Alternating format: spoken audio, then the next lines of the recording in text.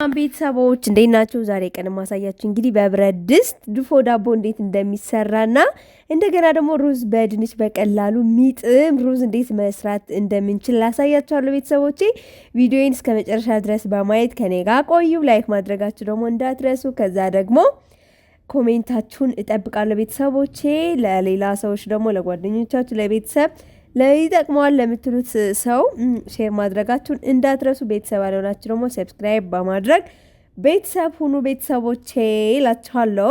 ጉዞ ወደ 50 ሺህ ሄድ ነው እንግዲህ ቤተሰቦቼ። በደንብ ግን ያው ሰብስክራይብ እያደረጋችሁ በርቱ በርቱ በርቱ እላችኋለሁ። ቤተሰቦቼ እንግዲህ ዛሬ ቀን ማሂና ታዴ ስራ ላይ ናቸው። እንግዲህ ዛሬ ቀን ቡና ፈርሼ ይኸው እንደምታዩት የሚያምር ድፎ ዳቦ በብረት ድስት ጋግሬ ምናምን ነው የምጠብቃቸው። መጀመሪያ እዚህ ጋር የምታዩት እንግዲህ ጨውና እርሾ አድርጌያለሁ። ቤተሰቦቼ እንግዲህ ጨው ምን ያህል ነው እርሾ ምን ያህል ነው የሚለው ደግሞ ዱቄትም እናንተ የምትወስኑት ይሆናል። የምትፈልጉት ያህል ማድረግ ትችላላችሁ። ከዛ በኋላ ግን ማለት ነው እንዴት እንደማቦካ አሳያችኋለሁ። ማንኛውም ዳቦ ሲንጋግር እንደምናቦካው አይደለም እናቦካው ዛሬ ቀን እንግዲህ የኔ አገጋገርና የኔ ዳቦ የምትወዱ ከሆነ እኔ ብዙ ጊዜ ዳቦ ጋግራለሁ፣ ብዙ ጊዜ አሳይቻችኋለሁ። ግን ከመጀመሪያ እስከ መጨረሻ እንዴት አድርጌ እንደምጋግር ብዙ ጊዜ አሳይቻችሁ ስለማላክ ብዙዎቻችሁ አሳይን እስኪ እንዴት ነው የምትጋግሪ ብላችሁ ጠይቃችሁኛልና ዛሬ ቀን ደግሞ እንግዲህ ድፎ ዳቦ በብረት ድስት መጋገር የምትፈልጉ ቁጭ ብላችሁ እዩኝ ቤተሰቦቼ።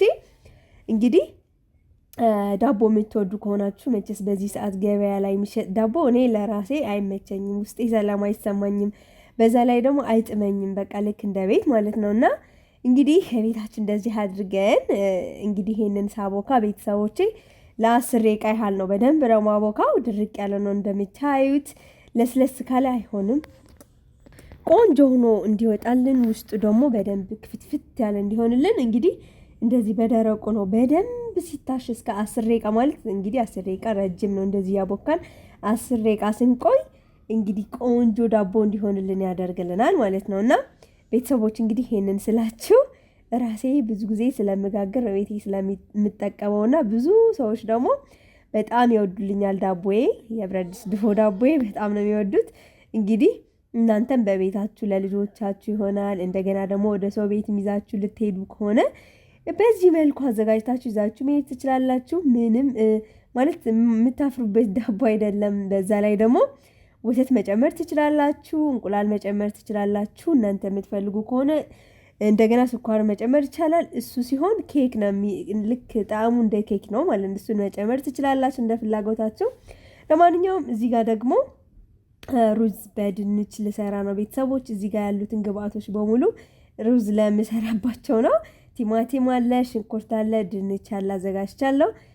መጀመሪያ እንግዲህ ሽንኩርትና ቲማቲሙ አንድ ላይ አድርገን ማለት መጀመሪያ ሽንኩርቱን እናቁላለዋለን። ከዛ ቀጥሎ ሽንኩርት በዘይት አቁላልተን ከጨረስን በኋላ ነው የምንጨምረው። እንግዲህ ዳቦችን ቦክተዋል ቤተሰቦች። እንደምታዩት እንደዚህ ሆኖ ቦክቶልናል። እንግዲህ ብረት ድስት አዘጋጃለሁ። በጣም ብረት ድስት ደግሞ ስስ ብረት ድስት አይደለም መጠቀም ያለባችሁ። ከቤታችሁ ያለው ብረት ድስት ሳሳ ያለ ከሆነ ደግሞ ብረት ምጣድ ከስር ማድረግ ይጠበቅብናል። ምክንያቱም 1 ሰዓት ያህል ሊቆይ ይገባል ማለት ነው። ይሄ ማለት ቀስ ብሎ እንዲበስል ያደርገዋል። በጣም ቆንጆ ዳቦ እንዲሆን ያደርግልናል። እሳቱ ደግሞ አሁን ለምሳሌ በፈርኔሎ ከሆነ የምትሰሩት በጣም ትንሽ መጀመሪያ ፈርኔሎ ታግሉታላችሁ በደንብ። ከዛ በኋላ እሳቱ መቀነስ 1 3 4 ከሰል ብቻ ነው የሚያስፈልጋችሁ። ብረት ድስቱ ሳሳ ያለ ነው ብላችሁ የምታስቡ ከሆነ ብረት ምጣድ ያለቀ ብረት ምጣድ ካላችሁ ወይም የምትጠቀሙት እሱ ከስር ታደርጉና እንደዚህ አድርጋችሁ መጠቀም ትችላላችሁ። እኔ ግን ዛሬ ቀን በስቶቭ ነው የምሰራው። ስቶቭ ደግሞ እንግዲህ እንደየቤታችሁ ፓወር ይለያያል። መቼስ የቤታችን የሁላችንም ፓወር ስለሚለያይ የኔ እንግዲህ ከ3 ነው ማደርገው ዛሬ ቀን።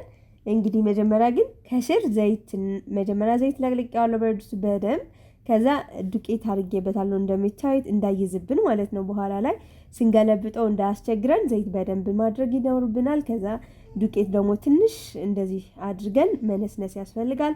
ከዛ በኋላ የቦካውን ዳቦ እዚህ ጋር ቁጭ እናደርገውና ቢያንስ 10 ደቂቃ ያክል እንተወዋለን። ከደን አድርገን ኩፍ ሲል ትንሽ ኩፍ ሲል እንግዲህ እንጥደዋለን ማለት ነው ቤተሰቦቼ።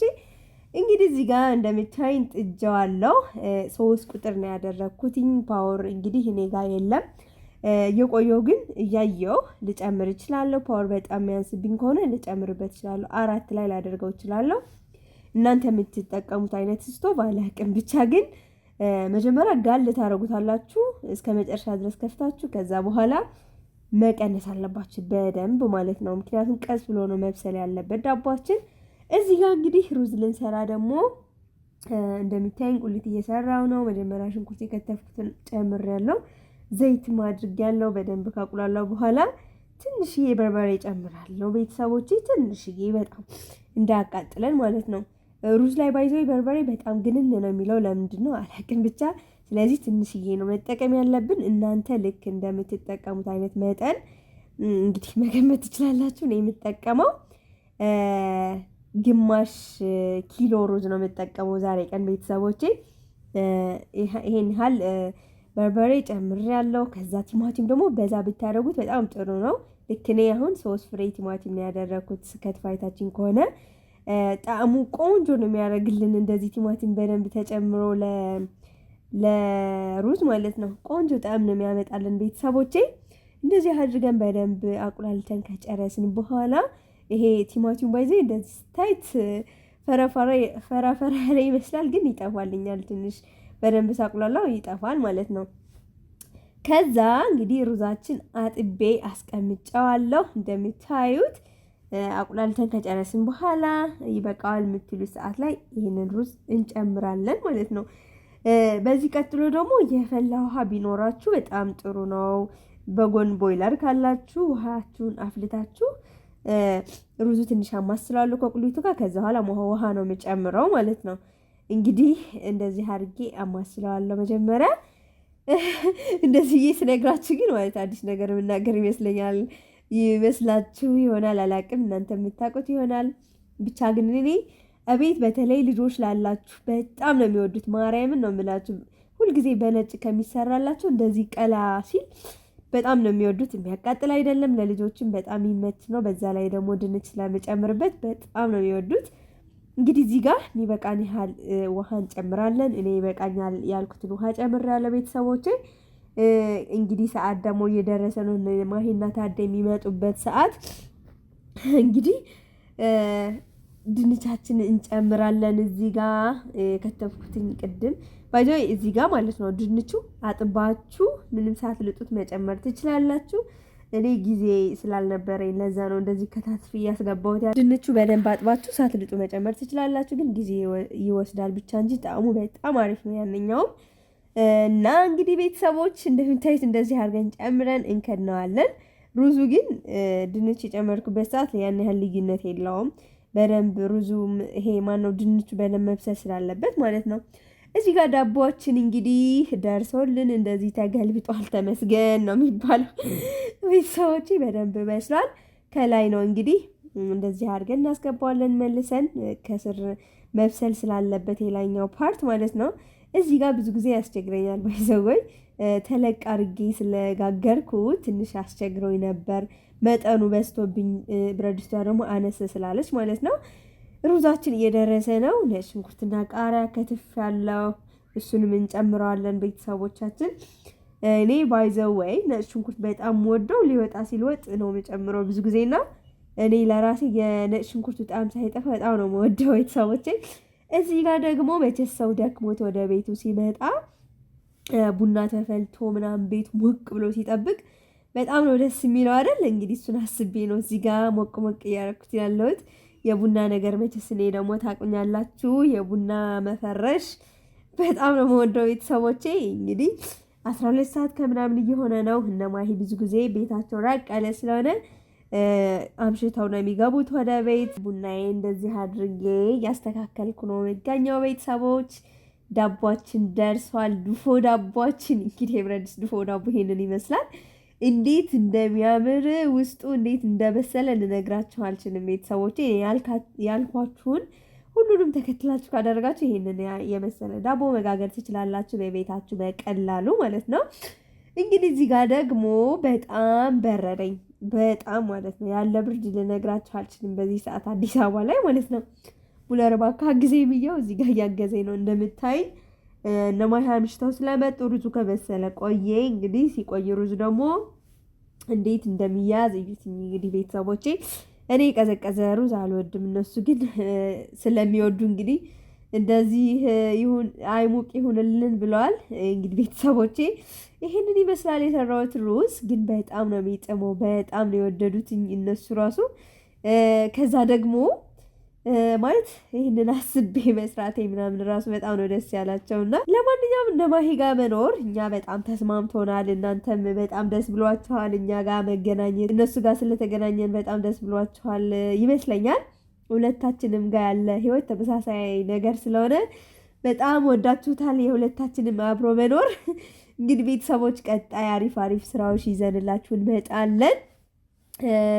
እናንተ ደግሞ ላይክ ማድረጋችሁ ሰብስክራይብ ማድረጋችሁን አትርሱ። ሁለቱም ቤት እየሄዳችሁ እንግዲህ ቤተሰቦች ሼር እናደርግላችኋለን። ማሂታ ዴም የእኛም እንግዲህ ሁሉም አንድ ላይ በደንብ እስኪ አሳድጉን እስኪ ቤተሰቦቻችን። እኛ አካባቢ እኮ ዩቲዩበር የለም ቤተሰቦች፣ በጣም የወጣ ሰው የለም በሶሻል ሚዲያ በጣም እና እስኪ ሁላችሁንም ከተባበርን እኮ የት መድረስ እንችላለን። እና እስኪ ቤተሰቦች እዚህ ጋር እኔ እናቴ በጣም በርዶኛል ምናምን ስል ስለሰማች ጋቢ አምጥታ እያለበሰች ነው ለራሷ ደክሟት።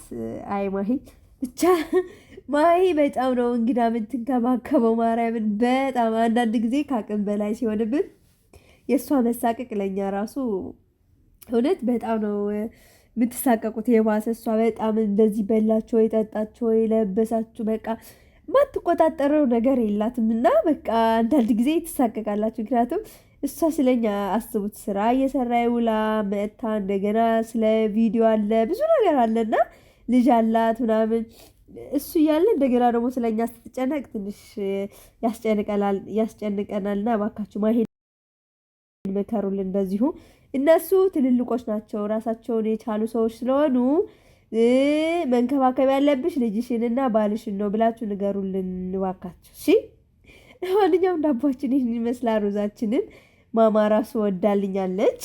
ባይዘይ ምግብ ሰርታችሁ ሕፃን ልጅ ከወደደላችሁ ምግባችሁ ይጣፍጣል ማለት ነው ብሎ የሆነ ሰው ነግሮኛል። እና ስለዚህ ምግቤ ይጣፍጣል ቤተሰቦች። ለማንኛውም ሞክሩት በቤታችሁ። በጣም ቀላል አሰራር ነው። ግን አንዳንድ ጊዜ መችስ እኛ ኢትዮጵያውያን እንጀራ ነው በብዛት የለመድነውና ዳቦ ይውላችሁ እዚህ ጋር ጨርሰውታል። ለማንኛውም ፈንዲሻ እዚህ ጋር ሰርቻለሁ።